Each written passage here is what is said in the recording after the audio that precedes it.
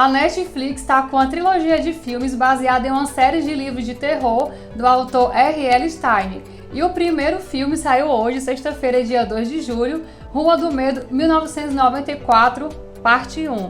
Na semana seguinte, a gente vai ter o parte 2, que é Rua do Medo, 1978. E na outra sexta-feira, Rua do Medo 1666, que é o parte 3. Então cola com a gente que a gente vai fazer resenha dos 3 filmes no decorrer das semanas.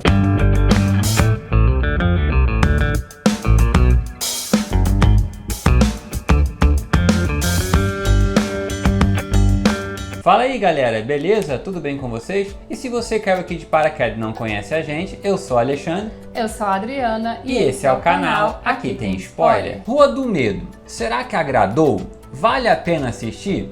Assim de primeiro te garanto que sim, vale sim a pena assistir. Não é um baita filmaço de terror, não tem aquelas cenas de sangue jorrando na tela, aquelas cenas perturbadoras, mas é um filme bom, vale a pena assistir sim. Se você gosta de filme de terror e tem nostalgia com aqueles filmes dos anos 90, eu acredito que você vai curtir bastante esse filme.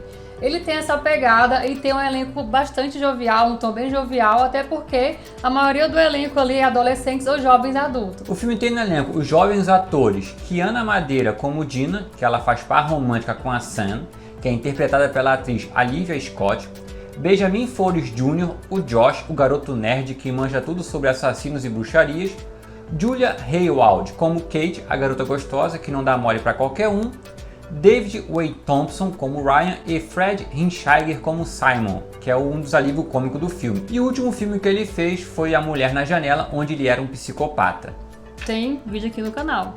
Link nos cards. Mas antes da gente começar a falar do filme, eu já quero pedir pra você deixar aquele like pra fortalecer a nossa amizade. E se você não é inscrito ainda, se inscreve no canal e ativa o sininho. Agora sim, vamos para o vídeo. Em Rua do Medo, 1994, um grupo de adolescentes da cidade Shadyside descobrem que os eventos terríveis que assombram sua cidade há gerações podem estar conectados. Ou pior, eles podem ser os próximos alvos. Então, para sobreviverem, eles buscam respostas que podem ser não muito agradáveis. O filme conta a história de duas cidades, Shadyside e Sunnyvale. Em Shadyside, eles vivem à sombra de uma maldição e vivem com medo. Já em Sunnyvale, é uma cidade próspera em que todos vivem bem. Mas o foco principal do filme é na cidade de Shadyside, onde tempos em tempos acontece algum assassinato atrelado à maldição da cidade, que algum morador surtou e cometeu algum assassinato. E o filme tem uma introdução bem interessante, que é uma perseguição em um shopping, lembrou muito o filme Pânico dos anos 90, foi bem dirigido, deu uma tensão na gente, já deixou no hype para continuar no filme. Só que aconteceu assassinatos lá nesse shopping, aí depois disso aparecem os adolescentes que eles descobrem sobre os assassinatos que estão atrelados à maldição do ano de 1666, de uma bruxa. Só que tem que ficar de olho que não tem apenas um assassino, vai aparecer vários assassinos. E esses supostos assassinos não são aqueles tipos de assassinos que se teletransportam magicamente de um lado para o outro. Aqueles acompanham a vítima, eles seguem a vítima, eles correm atrás da vítima. Posso dizer que eles são um pouco humanos e fazem algumas coisas erradas. E eles são atraídos pelos sangues das vítimas. Até eles fazem uma referência ao filme Tubarão, né? Que ele, quando sente o cheiro do sangue de certa pessoa, eles perseguem aquela pessoa até matar ela. E o filme não é um grande filme de terror de tirar o sono, como está sendo anunciado por aí.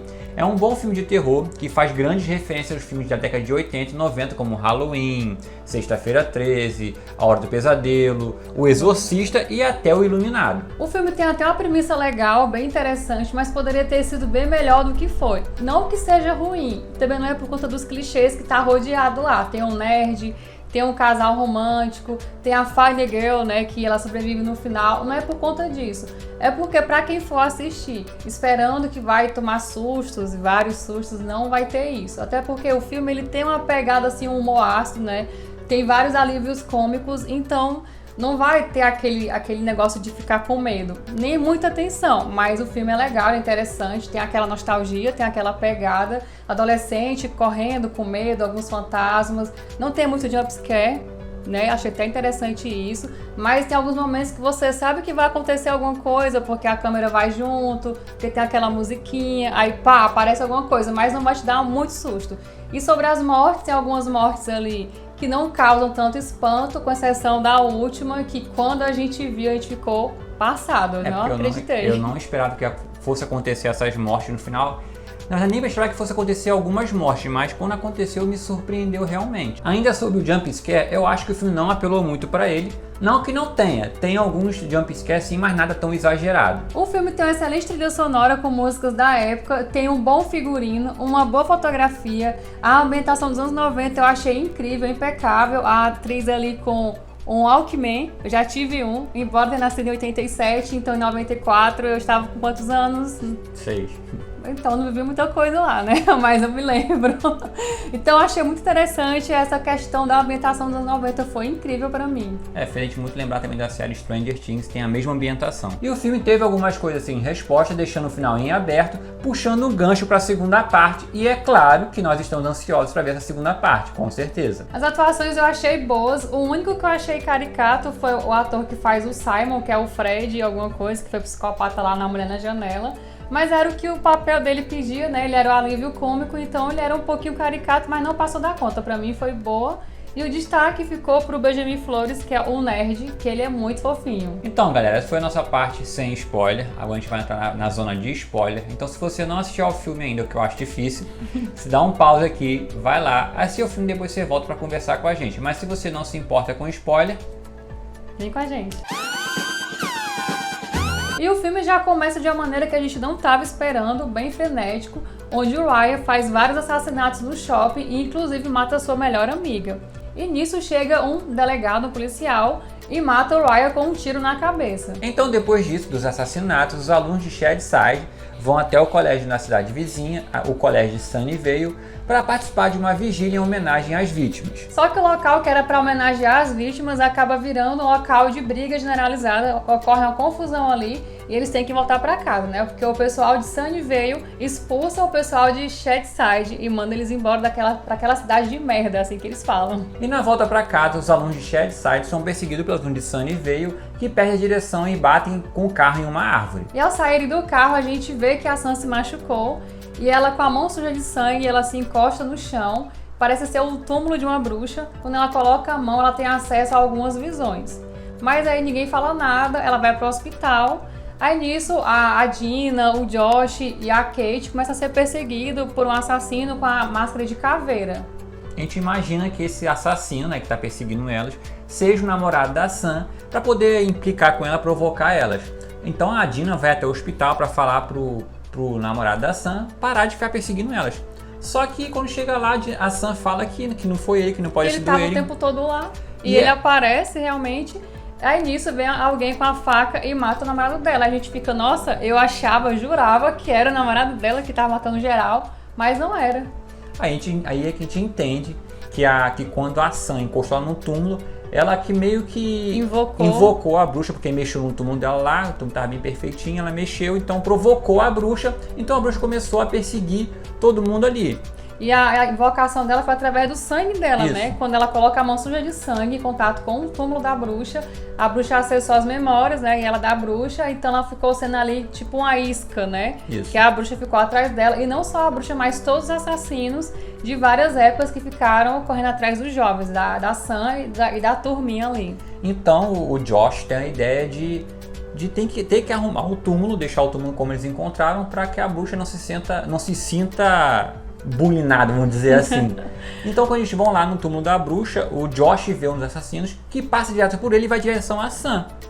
Eles ficam sem entender, né? Por que o assassino passou por ele e não matou ele?